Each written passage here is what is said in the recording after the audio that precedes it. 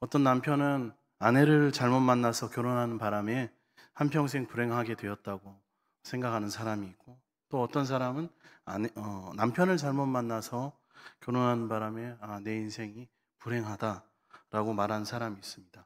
어떤 청년은 내가 부모를 잘못 만나서 그래서 공부도 제대로 하지 못하고 성격도 나빠지고 불행하게 되었다고 생각하고 말하기도 합니다. 어떤 사람은 태어날 때부터 장애를 가지고 태어난 바람에 다른 사람들보다 나는 경쟁에서 떨어지고 뒤처지고 불리한 가운데 살 수밖에 없었다고, 나는 불행했다고 말하기도 합니다. 우리 주위에는 여러 가지로 불행하게 사는 사람들이 많이 있습니다. 그런데 놀라운 것은 어떤 사람은 불행을 이기고 다른 사람 못지않게 더 행복한 삶을 이어나가는 사람이 있는가 하면, 방금 서두에 얘기한 것처럼 자기 처지를 비관하고 부모님을 원망하고 다른 사람을 원망하면서 불행에서 벗어나지 못하고 살아가는 사람도 있습니다. 불행의 이유가 어디에 있을까요? 여러분은 행복하십니까? 불행하십니까?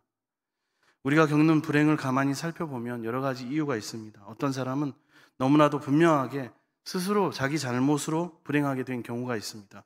예를 들어 스스로가 너무 게으르거나 악한 생각을 하거나 못된 버릇을 가져서 다른 사람에게 피해를 주며 스스로 불행하게 되는 것입니다. 이런 자들은 처벌을 받거나 법적으로 어려움을 당하고 감옥에 수감되는 일들이 많이 있죠.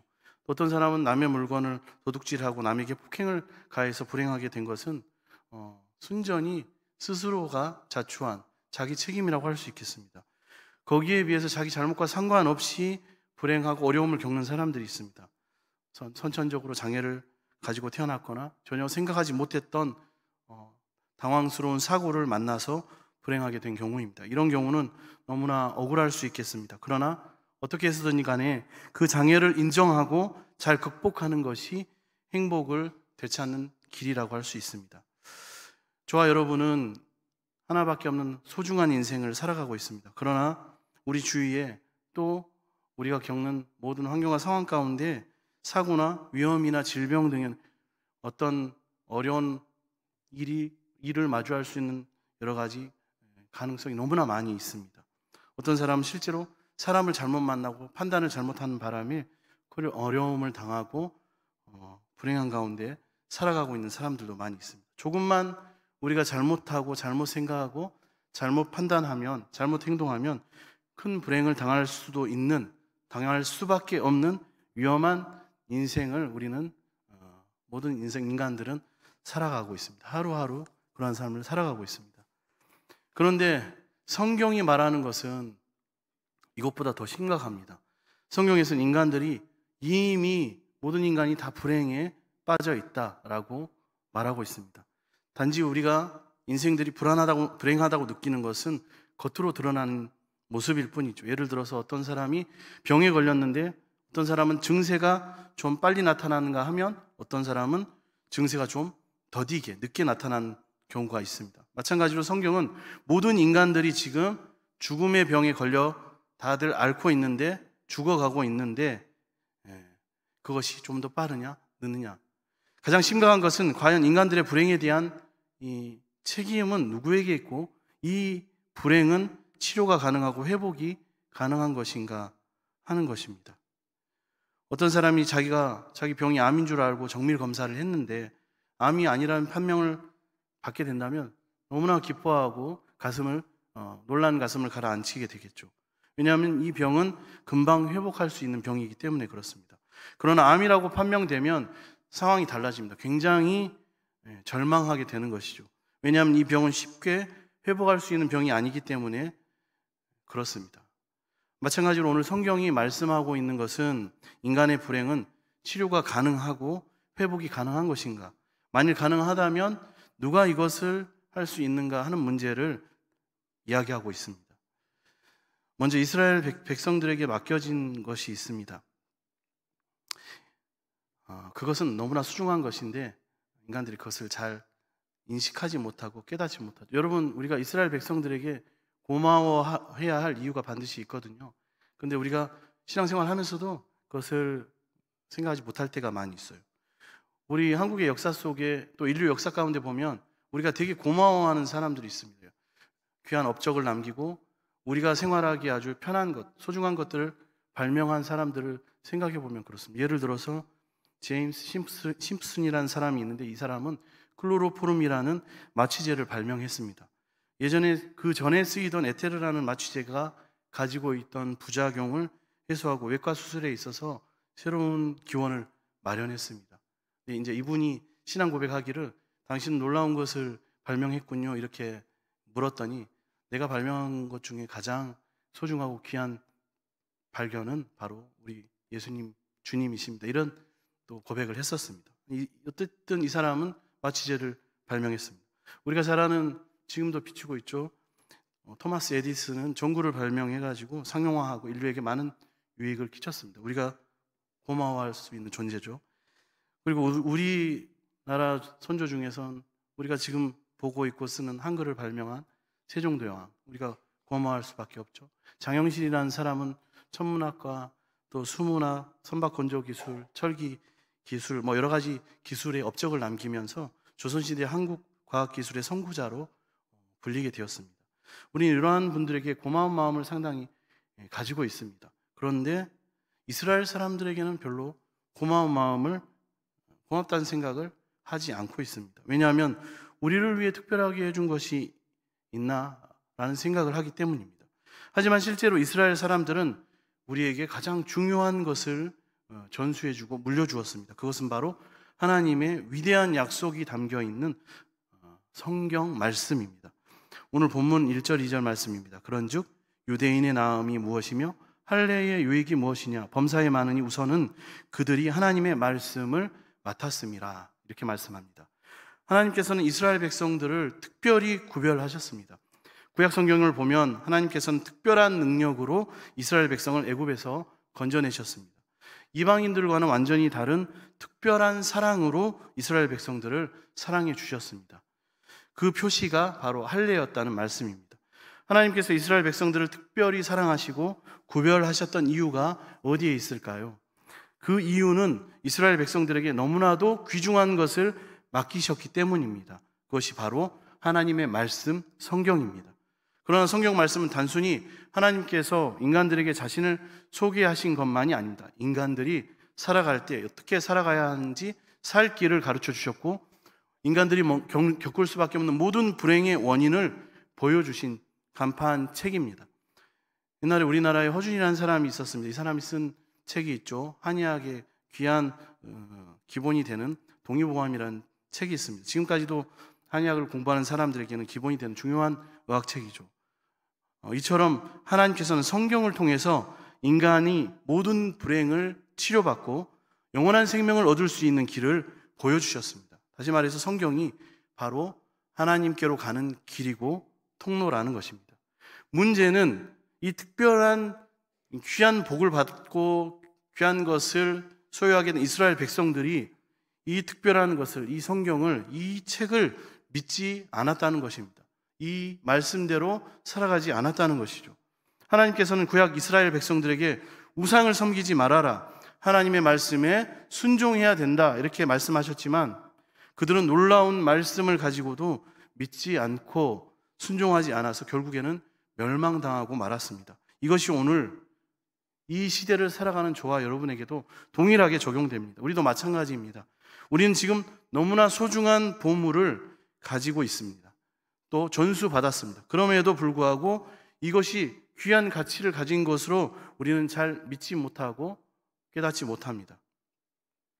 왜 사람들이 성경의 가치를 잘 알지 못하겠습니까? 날마다 예배를 드리고 성경을 읽고 배우면서도 성경이 너무나 소중한지 왜 가치가 있는 것인지를 알지 못하겠습니까? 그 이유는 두 가지 정도로 생각해 볼 수가 있습니다. 먼저는 이 세상에 성경보다 좋은 것이 너무나 많다고 느껴지고 생각되기 때문에 그렇습니다. 이 세상에 많은 물질이 있고 부귀가 있고 명예가 있고 모든 좋은 것이 세상에 다 있는데 무엇 때문에 굳이 내가 고생하면서 성경을 알아야 되고 무엇 때문에 내가 시간을 들여서 하나님이라는 존재를 알아야 되고 공부를 해야 하겠습니까? 사람들은 하나님을 몰라도 돈만 많이 벌고 권력만 가지면 떵떵거리면서 잘 살고 많은 것을 할 수가 있고 이 세상에서 얼마든지 큰 소리를 치며 행복하게 살아가는 것처럼 다 보이는데, 그런데 무엇 때문에 내가 잘 알지도 못하는 하나님을 찾아서 성경 속에 들어가야 되고 성경을 알아야 하겠습니까? 두 번째 이유는 인간들의 문제가 있는데, 이것은 우리가 지금 가지고 있는 이 문제의 심각성을 제대로 깨닫지 못하고 알지 못하기 때문입니다. 만일 모든 인간들이 지금 내가 상당히 위험한 상태에 빠져 있다라고 인식하기만 한다면 어떻게 해서든지 이 위험한 상황을 벗어나기 위해서, 해답을 찾기 위해서 몸부림치고 노력할 것입니다. 그런데 실제로 인간의 문제가 심각한 것은 지금 내가 당한 이 문제를, 하나님이 나에게 주신 이 귀한 복을 가치 있게 생각하지 못하고 이것이 정말 문제라는 것을 느끼지 못하는 것이 더 큰 심각한 문제라는 것입니다.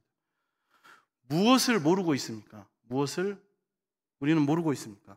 말씀을 인정하고 깊이 알아가고 그리고 정확히 알아가는 과정이 생각보다 쉽지 않습니다.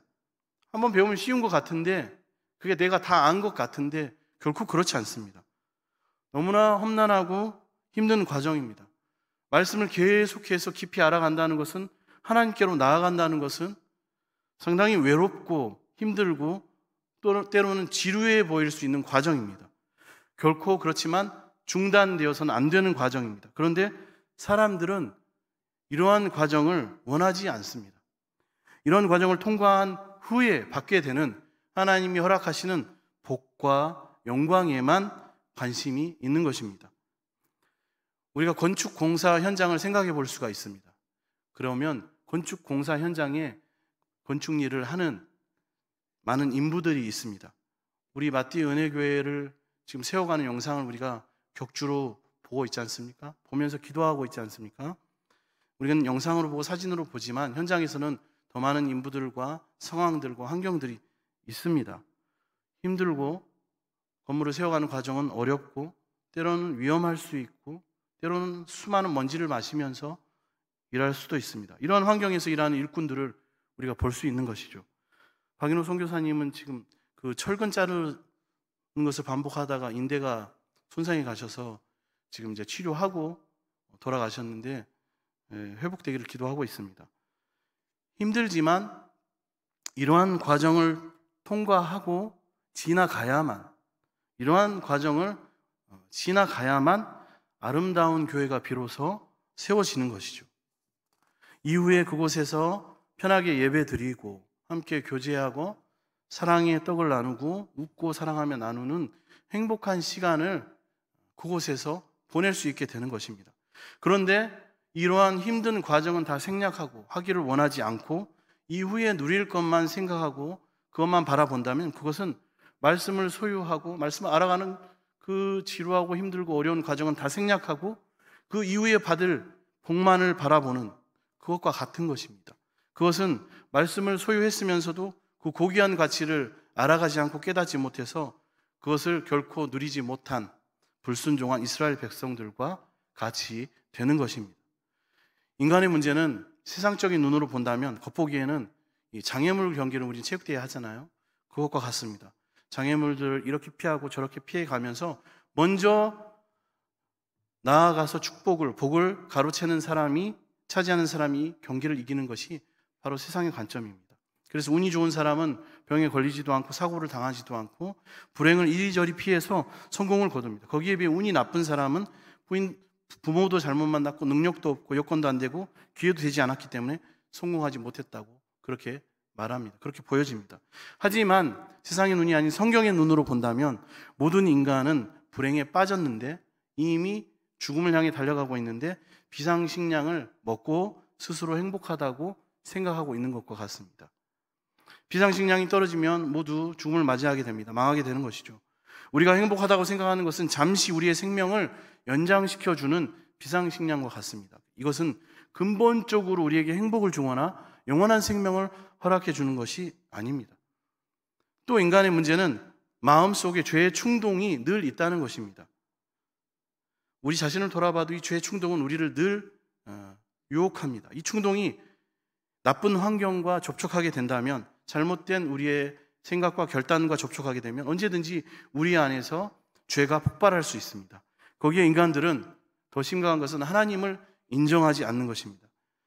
그렇기 때문에 하나님을 인정하지 않는 인간들은 결코 죽음을 이길 수 없습니다. 인간들이 불행에 빠졌다는 증거가 바로 죽음을 이기지 못하는 것입니다. 인간들에게는 3번의 죽음이 있다고 말합니다. 첫 번째는 하나님을 알지 못하고 지금 내 욕심대로 살아가는 영적인 죽음입니다. 두 번째는 우리의 육신의 연약함으로 인하여서 겪을 수밖에 없는 고통과 생명을 마감할 수밖에 없는 육체적 죽음입니다. 세 번째는 영원한 저주와 비참한 고통 가운데 있게 되는 영원한 죽음입니다. 모든 인간에게는 영원한 죽음이 이미 시작되었다고 말합니다. 시한부 인생과 같이 죽음의 시한폭탄이 저와 여러분이 모르는 가운데 이미 돌아가기 시작한 것입니다. 우리의 이 운명을 바꾸는 길은 바로 이 멸망의 시한폭탄을 멈추는 것밖에 없습니다. 그런데 인간의 힘으로는, 우리의 힘으로는 불가능한 것입니다. 오늘 본문 3절의 말씀입니다. 어떤 자들이 믿지 아니하였으면 어찌하리요? 그 믿지 아니함이 하나님의 미쁘심을 피하겠느냐? 여기서 한 가지 중요한 아주 핵심적인 단어가 나오고 있습니다. 이것은 바로 하나님의 미쁘심이라는 단어입니다. 우리가 보통 미쁘다라는 말을 쓸 때는 신실하다 또는 믿음직스럽다라는 뜻으로 사용합니다. 그런데 도대체 인간들이 하나님을 믿지도 않고 따라가지도 않았는데 하나님의 미쁘심이라는 것은 어떻게 적용되고 무엇을 의미하고 있는 것인가 우리는 살펴보겠습니다. 하나님께서 구약의 이스라엘 백성들에게 요구하신 것이 있습니다. 하나는 절대로 우상을 믿거나 섬겨서는 안 된다라는 것입니다. 왜냐하면 우상은 인간의 생각으로 만들어낸 것이지 진짜 하나님이 아니기 때문입니다. 두 번째는 이스라엘 백성들은 얼마든지 하나님 뜻 안에서 열심히 살고 순종해서 많은 복을 누릴 수가 있는데 이방인들이 살아가는 것처럼 죄를 짓고 남을 짓밟고 고통스럽게 하면서 잘 살려고 해서는 안 된다는 것입니다. 그런데 이스라엘 백성들에게 가장 큰 유혹은 바로 하나님 말씀대로 살지 않는 이방인들이 자기들보다, 유대인들보다 더 잘 사는 것처럼 보이고 잘 살더라는 것입니다. 결국에는 이스라엘 백성들은 자기들이 지금 누리고 있는 이미 받은 복이 이방인들의 복과 다르다는 그것을 믿지 못하고 끝까지 지키지 못해서 이미 하나님께 받은 소중한 복을, 하나님의 말씀을 쓰레기 버리듯이 거부하며 버려버렸던 것입니다. 만일 이스라엘 백성들이 죽음을 각오하고 우상을 버리고 죄를 버리고 하나님의 말씀을 붙들었더라면 어떻게 되었을까요? 하나님께서는 유대인들의, 이스라엘 백성들의 행복을 책임져 줬을 것입니다. 이것이 바로 하나님의 미쁘심입니다.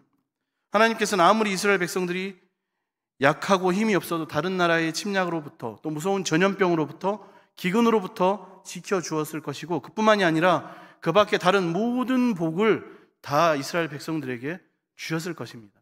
목숨을 지키고 지켰더라면. 하나님의 백성들에게 필요한 것은 목숨을 건 믿음입니다. 기왕 내가 이 세상에서 예수님을 믿기로 결단한 것, 하나님의 백성으로 살기로 한 것, 한번 나의 목숨을 걸고 하나님 말씀대로 살아가 보자라고 결심하는 것입니다. 그러면 어떻게 됩니까? 그때부터 하나님의 미쁘심이 우리의 삶 가운데 작동되기 시작합니다. 하나님께서는 우리의 모든 연약함과 부족함을 그때부터 섭리하시고 책임져 주셔서 이 무서운 세상에서 절대 영원한 죽음을 맞이하지 않도록, 망하지 않도록 지켜주십니다. 반대로 내가 하나님을 믿지 못하고 내 힘대로 살려고 결단하고 세상의 이방인들의 그 복을 따라서 살아가는 모습을 따라간다면 우리는 우리의 인생에서 하나님의 미쁘심을 경험하지 못하게 되는 것입니다. 힘은 힘대로 다 쓰고 모든 애를 다 쓰고서도 결국 멸망하게 되는 것이죠. 여기서 정말 중요한 것은 하나님의 진짜 미쁘심이 어디에 있느냐 하는 것입니다. 하나님의 미쁘심은 어디에 있을까요? 구체적으로 하나님이 인간들에게 맨 처음 약속하신 것이 하나 있습니다. 그것은 인간들이 하나님의 말씀에 절대로 순종하면 죽음으로 인한 고통을 겪지 않게 될 것이다. 영원한 생명의 상태로 반드시 들어가게 될 것이다 라는 것입니다. 그것이 여기입니다. 하나님의 미쁘심이 있는 것입니다. 그러나 하나님을 부정하고 죄를 짓게 되면 그때부터는 멸망의 시간이 시작됩니다. 그래서 가장 먼저 영적인 죽음이 오고 우린 육신의 죽음을 맞이하게 되며 결국 영원한 지옥을 향해서, 죽음을 향해서 나아가게 되는 것입니다.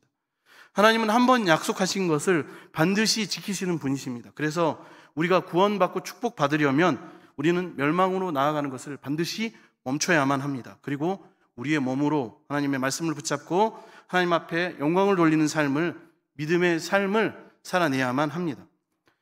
그렇다면 하나님은 얼마나 미쁘실까요? 하나님의 미쁘심은 어느 정도까지 일까요? 그것은 하나님의 외아들이신 예수 그리스도를 우리를 위하여 십자가에 달리시게 하신 것과 같습니다. 3일 만에 다시 살아나게 하셔서 지극히 높은 하나님 우편에 앉게 하신 것과 같습니다. 인간은 스스로 불행을 치료할 방법이 없습니다. 인간들이 스스로 행복하다고 생각하는 것은, 느끼는 것은 진정한 행복이 아닙니다.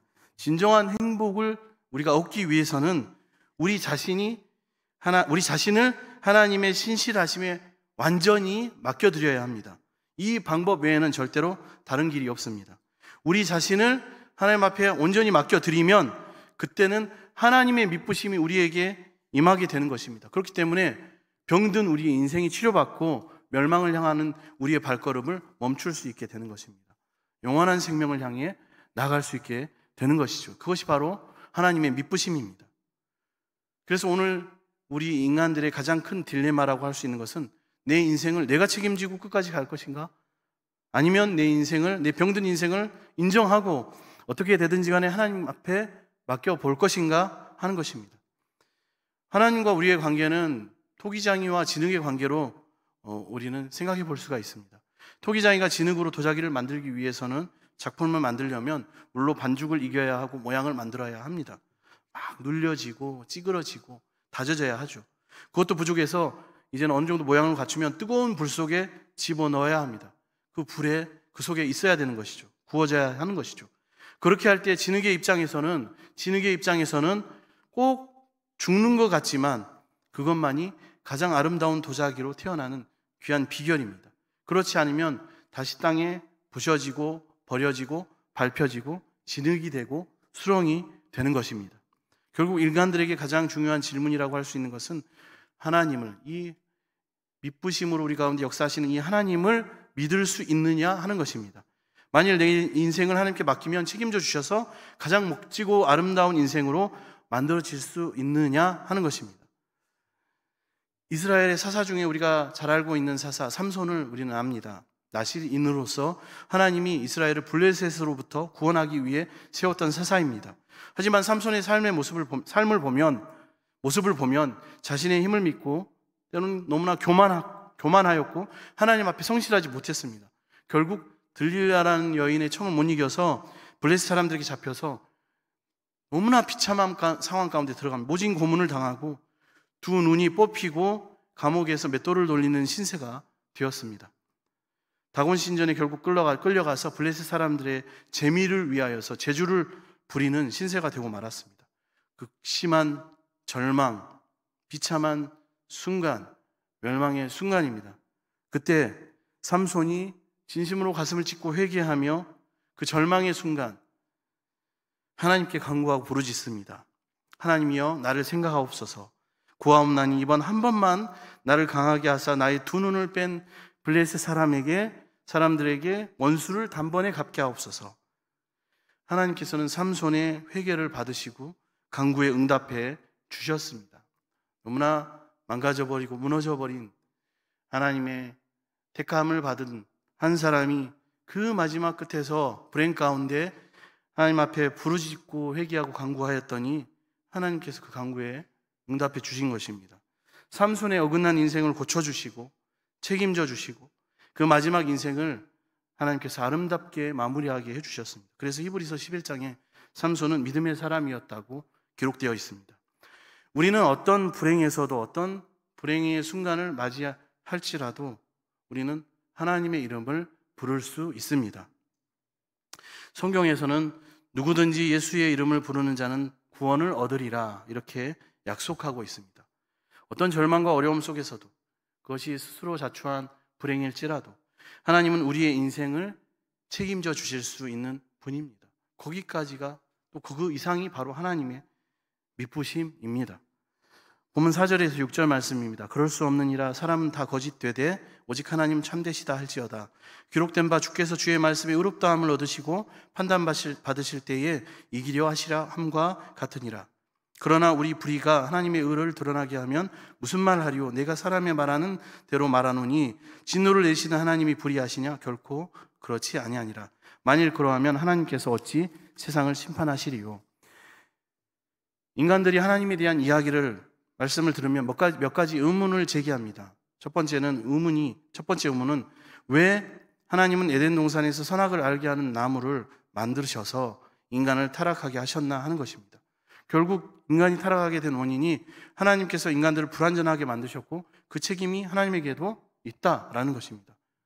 두 번째 의문은 하나님께서 인간들을 기왕 구원하시려면은 모든 사람들을 공평하게 다 구원하셔야지 왜 어떤 사람은 구원하시고 어떤 사람은 구원하시지 않느냐는 의문입니다. 세 번째는 좀 깊이 있는 것이 될 수 있지만 결국 인간이 우리가 타락했기 때문에 하나님의 능력이 더 많이 드러난 것이 아니냐. 만일 인간들이 전혀 타락하지 않고 잘 믿기만 했다면 하나님의 사랑이나 능력이나 구원을 알지 못했을 것입니다. 우리가 소설을 읽거나 영화를 보면 좋은 내용만 계속 나오면 독자나 관객들은 상당히 금방 실증을 느끼고 지루해합니다. 그런데 잘 진행되다가 갑자기 빌런이라고 하죠. 악한 자가 등장하고 악한 모습을 드러낼 때에 악한 일을 꾸밀 때 주인공에게 급격한 위기가 오고 긴장이 고조됩니다. 그러다 상황이 역전되고 결국 악한 자가 망하는 것을 통해서 다시 행복을 되찾을 때 우리는 관객은 더 기쁜 만족과 카타르시스를 느끼게 됩니다. 마찬가지로 인간의 타락은 모든 것을 더 훨씬 복잡하게 만들고 어렵게 만들었습니다. 그렇지만 인간의 타락이 있었기 때문에 하나님의 지혜와 능력이 하나님의 사랑이 더 풍성하게 나타내는 것은 사실이라는 것입니다. 7절, 8절 말씀입니다. 그러나 나의 거짓말로 하나님의 참되심이 더욱 풍성하여 그의 영광이 되었다면 어찌 내가 죄인처럼 심판을 받으리요? 또는 그러면 선을 이루기 위하여 악을 행하자 하지 않겠느냐? 어떤 이들은 이렇게 비방하여 우리가 이런 말을 한다고 하니 그들은 정죄받는 것이 마땅하니라.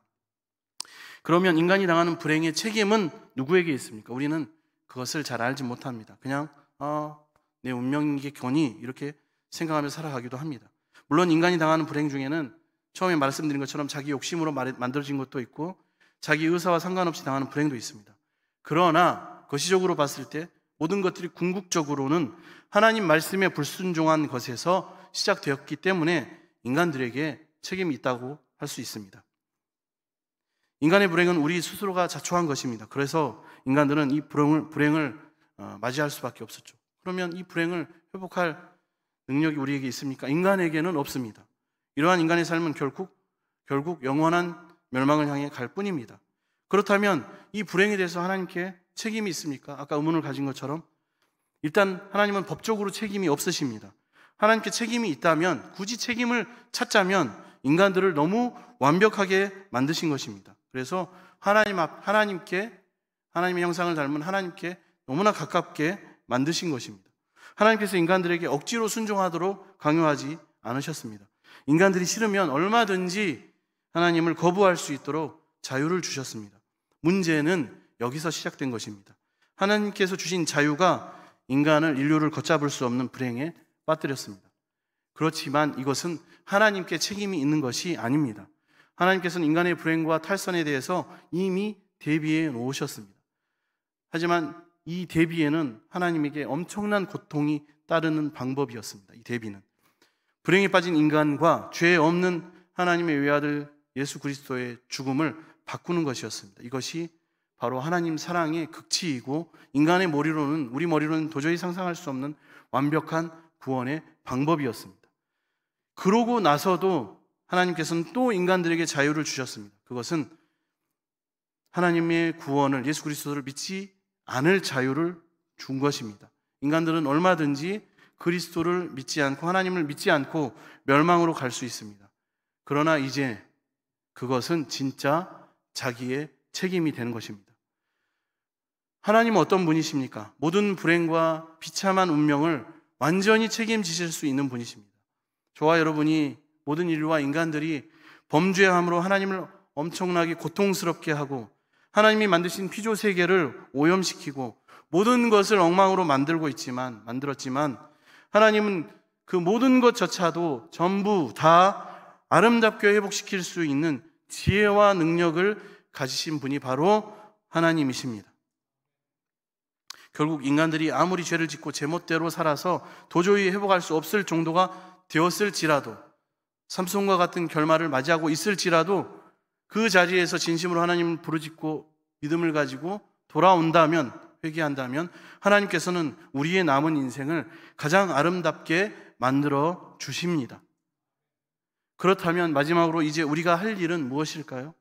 이 세상이 어떻게 되든지 간에, 이 세상 사람들이 어떻게 살아가든지 간에 우리는 철저하게 하나님 말씀대로, 믿음대로 살아가야 하는 것입니다. 다른 사람들은 인간적인 방법으로 아무리 출세하고 좋은 것을 다 차지한다 하더라도 그것은 부질없는 것이고 잠깐이고 아까 말씀드린 비상식량과 같은 것입니다. 우리가 하나님을 믿고 살아갈 때 도저히 더 이상 살아갈 수 없는 인생의 막다른 골목에 부딪힐 때가 있습니다. 분명히 있을 것입니다. 그래도 우리는 오직 믿음으로 나아가야만 합니다. 믿음으로 또 나아갈 때 우리는 우리 앞에 놓여진 죽음이라는 것을 맞이하게 됩니다. 죽음이 우리를 기다리고 있을지라도 그때도 우리는 오직 믿음으로 나아가야만 합니다. 그러면 그리스도를, 예수를 죽음에서 살리신 하나님께서 저와 여러분을 살려주실 것입니다. 이 은혜를 주시는 하나님께 이 사순절에 우리의 감사와 찬양을 드리고 더 이상 하나님 앞에 원망과 불평의 모습을 보이지 않고 더 많은 세상의 것을 갖기 위한 욕심을 부리지 않기를 원합니다.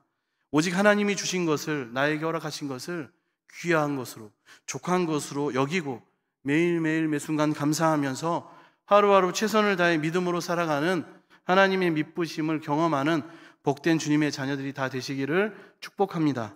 기도하겠습니다. 사랑의 주님, 오늘 말씀을 통하여 불행의 원인이 어디에 있는지 알게 하시니 감사를 드립니다. 이미 우리에게 허락하신 놀라운 하나님의 복과 말씀을 놓치지 않게 하시고 그 복된 하나님의 말씀을 마음에 새기고 순종함으로 멸망해서 영원한 생명으로 들어갈 수 있도록 우리의 믿음과 삶을 주장하여 주시옵소서. 불행과 낙심, 절망의 끝에서 죽음의 목전에서 하나님을 찾는 믿음을 주시고 그때 베풀어 주시는 하나님의 미쁘신 사랑과 기적을 덧입는 주님의 복된 자녀가 되게 하여 주옵소서. 감사드리며 예수님의 이름으로 기도드립니다. 아멘.